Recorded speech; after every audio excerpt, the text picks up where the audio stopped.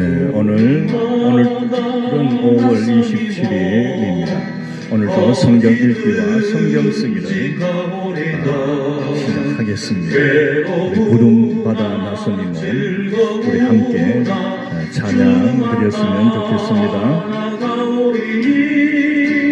어느 누가 막으리까 죽음인들 막으리까 어느 누가 막으리까 죽음인들 막으리까 답을 골짜기들에도 복음 들고 가오리다 소금 같은 거리에도 사랑 안고 찾아가서 종의 몸에 지닌 것도 아낌없이 드리리라 종의 몸에 지닌 것도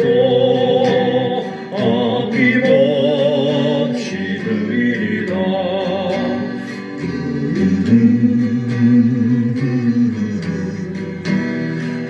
내가 그리스도와 함께 십자가에 못 박혔나니 이제는 내가 사는 것이 아니요 오직 내 안에 그리스도께서 사신 것이라. 이제 내가 육체 가운데 사는 것은 나를 사랑하사 나를 위하여 자기 몸을 버리신 듯 아니라 믿는 이름 안에서 사는 것이 아니오.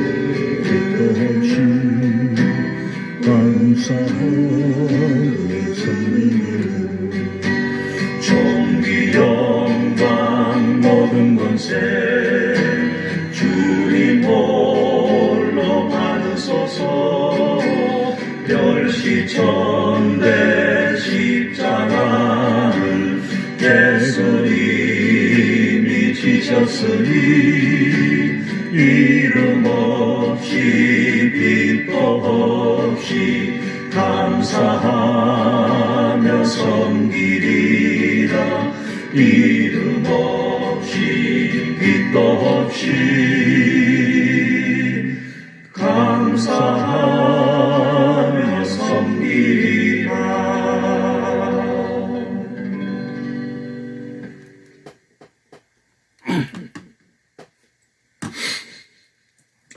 기도하겠습니다. 거룩하신 하나님, 은혜 감사합니다. 오늘도 새날을 주시고 오늘도 주의 말씀 앞에 앉아 주의 말씀을 읽고 주의 말씀을 쓰는 이 놀라운 생명의 일, 그리고 하나님의 일을 감당하게 해 주시니 감사합니다.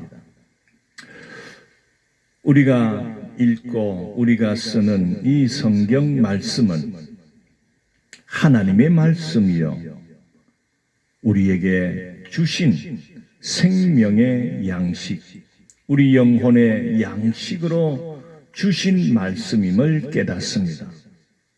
사람이 떡으로만 사는 것이 아니요 하나님의 입으로 나오는 말씀으로 산다고 우리 주님께서 말씀하셨듯이 오늘 예수를 믿고 구원받아 살아가는 오늘 우리 모든 교회된 자들은 육신의 양식을 날마다 거두어 먹듯이 이제는 우리가 우리의 영혼을 위하여 하나님의 그 생명의 말씀들을 날마다 일용할 양식으로 거두는 자로 살게 하여 주옵소서.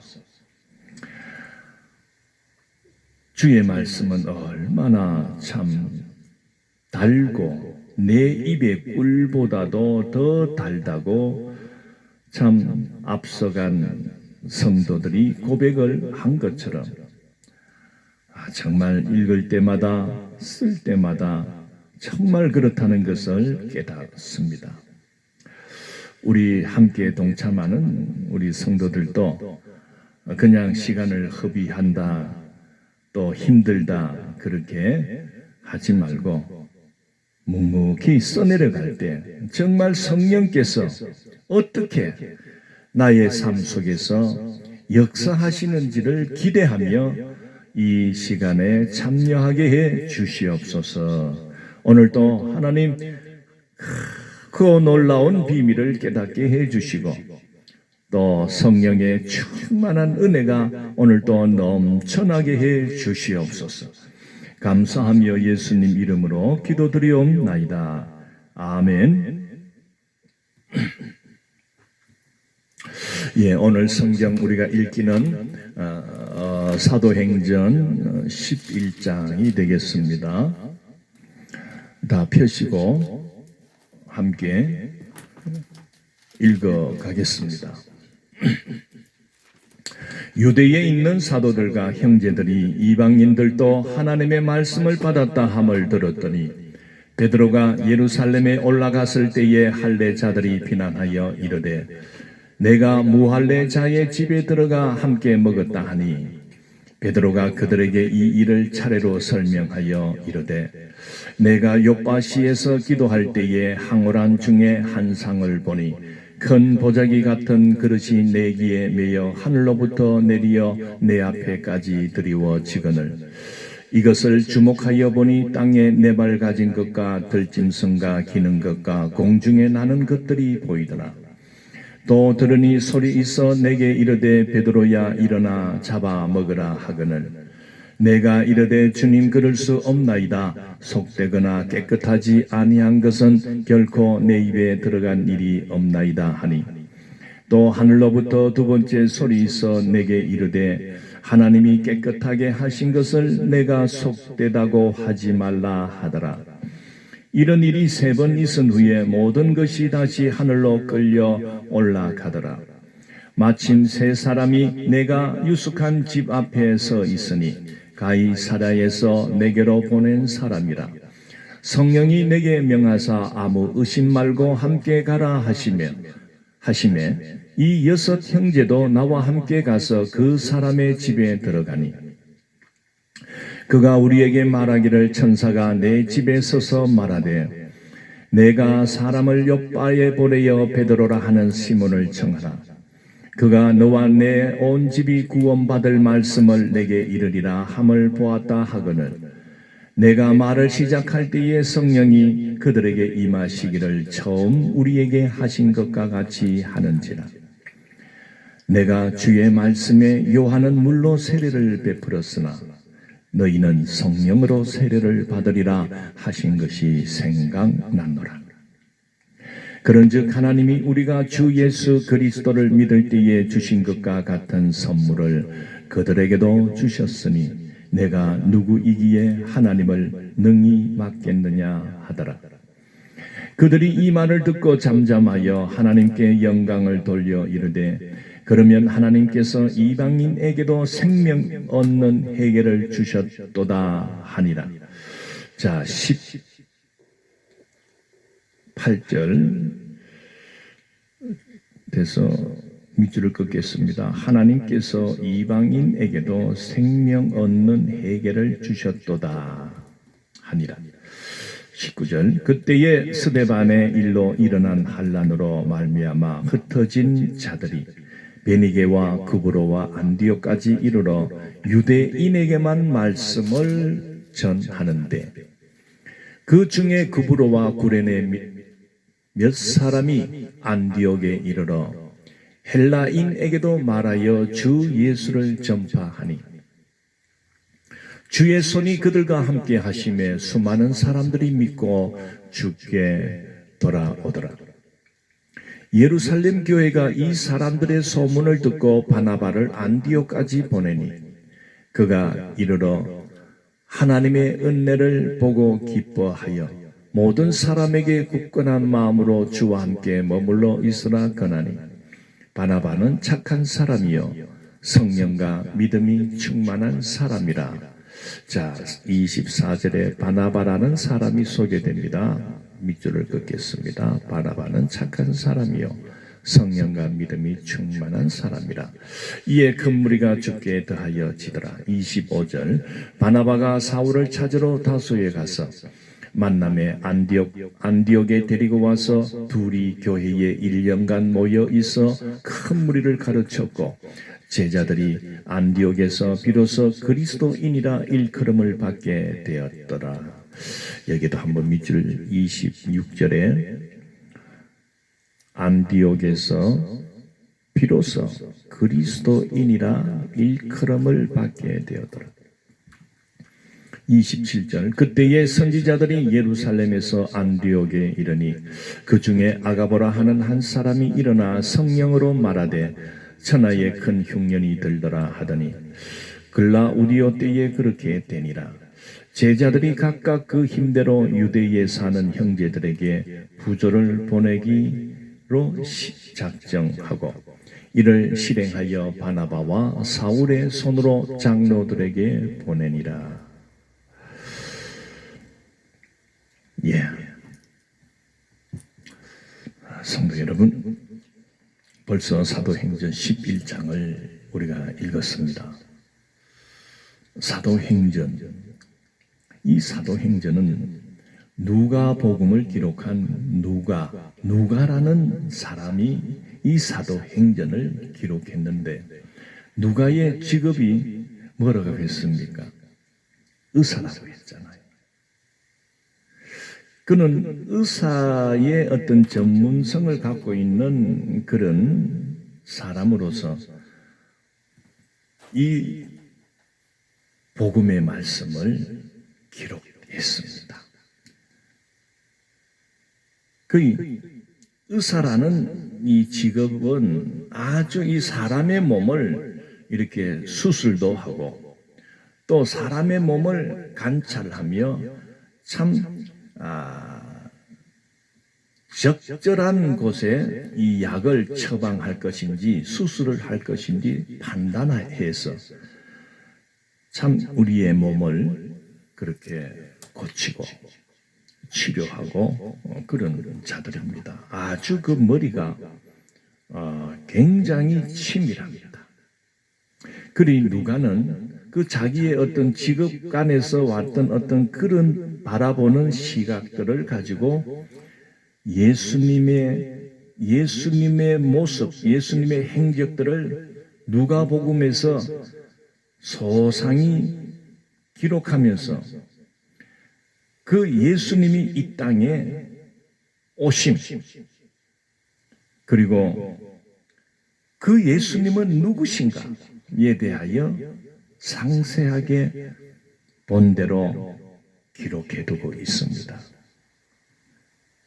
그랬던 그가 이제 예수님께서 부활 승천하신 이후에 그 성령 받은 제자들이 이제 또 그 성령 안에서 왕성하게 복음 전파를 위하여 살아가는 그 역사들을 또 세밀하게 예루살렘 교회부터 시작해서 그 사울이라는 사람이 예루살렘 교회를 피박할 때 예수님을 믿고 따르던 그 교회된 그 제자들이 흩어지게 되었다. 그래서 그 흩어진 자들을 이 누가는 이름을 설명해 가면서 스데반은 이렇게 복음 전하다가 돌 맞아 죽었느니라. 그러면서 그 악행을 저질렀던 완악한 자가 예루살렘 교회를 완전히 억압하고 그들을 탄압하고 할 때에 주동했던 자가 사울이었다. 그리고 그 사울은 다메섹에 있는 예수 믿는 자들을 잡으려고 공문을 받아서 그렇게 의기양양하게 가는 도중에 그는 하늘에서 내리비치는 그 빛에 그는 땅바닥에 꼬꾸라져 하늘의 음성, 사울아 사울아 너가 어찌하여 나를 핍박하느냐? 누구십니까? 네가 핍박하는 예수가 그때 사울, 그 악랄했던 사울이 그 예수 그리스도를 만났다. 그래서 그가 완전히 이제 새 사람으로 바뀌어 오늘 11장에서 그 바울이, 그 사울이 등장합니다.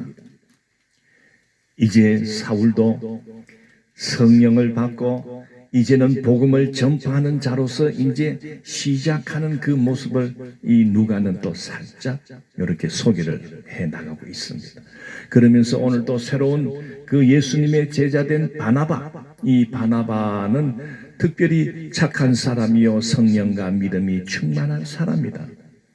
이런 사람을 그 악랄했던 그 사울이 변하여 바울된 그 바울을 또 이렇게 만나게 하는 것까지 소개하고 있습니다. 그리고 지금까지 등장하지 않았던 그 선지자라는 어떤 이런 또 직분을 가진 자들이 또 등장시킵니다. 아가보라 하는 한 사람이 일어나 성령으로 말하되 하면서 새로운 그 성령 충만한 자들을 소개하면서 이제 앞으로 또 12장부터 또 펼쳐질 것을 그렇게 써내려가고 있습니다. 오늘 특별히 이 누가는 그 10장에서 일어났던 그 고넬료와 베드로의 사건, 이것을 다시 리바이벌 하면서 기록을 해놨는데 이게 아주 중요한 내용이기 때문에 이렇게 해놨습니다. 우리가 10장에서 보셨듯이 고넬료라는 사람은 이방 사람이지만은 그래도 유대 나라의 그 로마 군인 장교로서 백부장의 직분으로 살아가는 그 사람, 힘이 있잖아요. 그런데 이 사람은 의외로 참 하나님을 믿는다 하고 또 경외한다 하고 기도 열심히 하고 또 참 그 유대인들을 위해서 구제도 하고 이렇게 참 착한 일 선행을 한 사람이라고 소개를 하면서 고넬료라는 사람을 소개했고, 그 다음에 그와 동시에 또 이 성령님은 이 바울, 정말 예수님의 12 제자로 수제자였던 이 바울, 성령 충만한 이 바울을 또 환상을 통해서 또 이렇게 소개하면서 이 전혀 다른 이 두 사람, 전혀 일면식도 없는 이 두 사람을 만나게 하여 복음을 전할 때 그 고넬료와 고넬료의 그 모든 식솔들이 그 복음을 전할 때 그들에게 성령이 임하는 그런 장면이 10장에서 나타나고 있습니다. 그리고 이제 이방인들이 성령을 받았다 하는 이 소문이 막 삽시간에 그 흩어진 그 예수님의 제자들 사이에 또 예루살렘 교회에 남아있던 그 사도들에게까지 이게 소문이 막 싹 나버린 겁니다. 그러니까 이제 예루살렘에 그 남아있던 그 사람들이 베드로를 보고 베드로를 불렀어요. 그리고 이제 베드로가 예루살렘 교회로 갔지요. 가니까 그래 왜 유대인들에게 복음을 전하지 않고 왜 이방인을 네가 찾아가서 그들과 함께 밥도 먹고 그랬다더라 그랬네요. 그럼 되나? 율법이 그 많은 것을 네가 왜 그렇게 했노? 이런 식으로 이제 좀 비난을 했지요. 비판을 하니까 베드로가 자기가 보고 겪었던 성령의 역사하심을 있는 그대로 그들에게 리바이벌 하는 겁니다. 그래서 사도행전 11장 1절에서 뭐 거의 18절까지는 사도행전 10장의 그 일을 그대로 말하는 겁니다. 여기에서 우리가 오늘 사랑하는 성도 여러분, 우리가 배울 것이 무엇입니까? 바로 베드로의 그 모습을, 베드로의 그 말을 우리는 귀담아 볼 수가 있어야 됩니다. 베드로는 결코 자기가 능력이 있어서 자기가 막 말을 유창하게 재미있게 하니까 이방인들이 성령 세례를 받는데 놀라웠다. 내가 했다. 이런 말 하지 않습니다. 절대로 결코 자기의 능력과 자기의 유창함과 자기의 언변을 더 입혀서 그렇게 말하는 것이 아닙니다.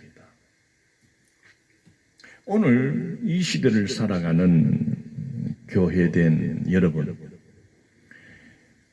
우리가 참 성령 안에서 직분을 이렇게 받고 나름대로 교회를 위하여 충성하며 복음을 위해서 충성하며 살아가는데 우리가 정말 조심할 것이 있습니다. 우리가 이 성령 안에서 충만함으로 살아가고 있지만은 자칫 잘못 생각하면 영적 교만함에 우리는 들어갈 수가 있습니다.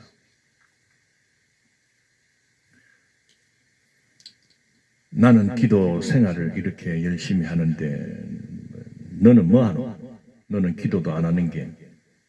그러면서 은근히 어떤 좀 신앙생활이 좀 부족한 그런 자들을 향해서 무시하고 어떤 자기의 어떤 그 영적 어떤 신앙을 자랑하고 드러내고 이런 건 안 됩니다. 절대 안 됩니다. 뭐 또 이 성령의 역사 속에는 앞으로도 나타나듯이 이 병자들이나 이 귀신 들린 자들을 향해서 기도할 때요, 병자가 낫습니다. 그리고 귀신이 떠나가는 그 놀라운 일들이 성령 충만한 그 자들을 통해서 역사가 일어납니다.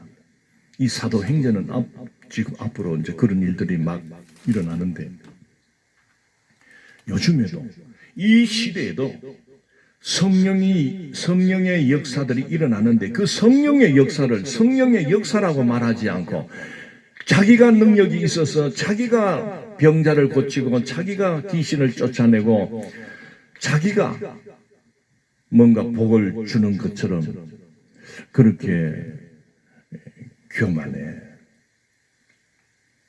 빠진 자들이 종종 있습니다. 안 됩니다. 큰일 납니다. 겸손해야 됩니다.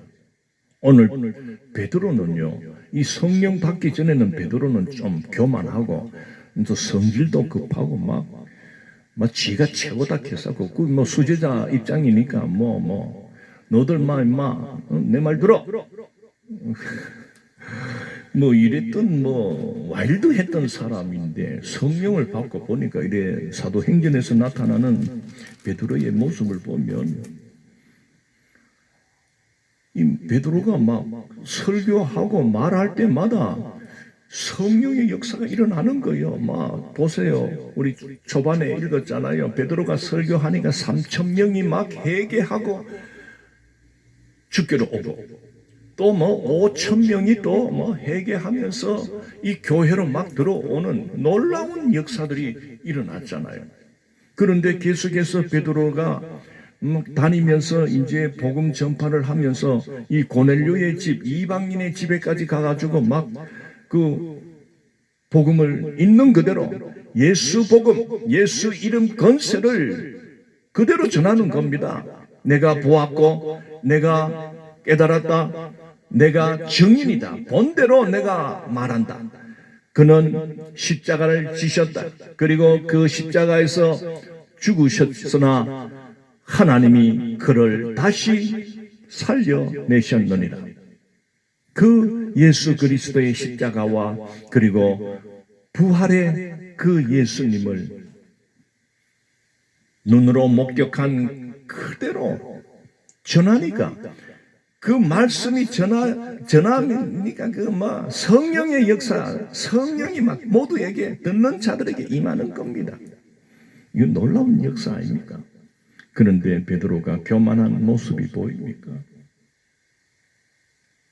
우리들도 정말 겸손해야 됩니다. 뭐 좀 자랑하고 싶고 뭐 좀 그런 게 있어도 교회 안에서는 절대로 그거를 떠벌리거나 자랑하면 안 됩니다. 그저 우리는 예수님만 자랑해야 됩니다.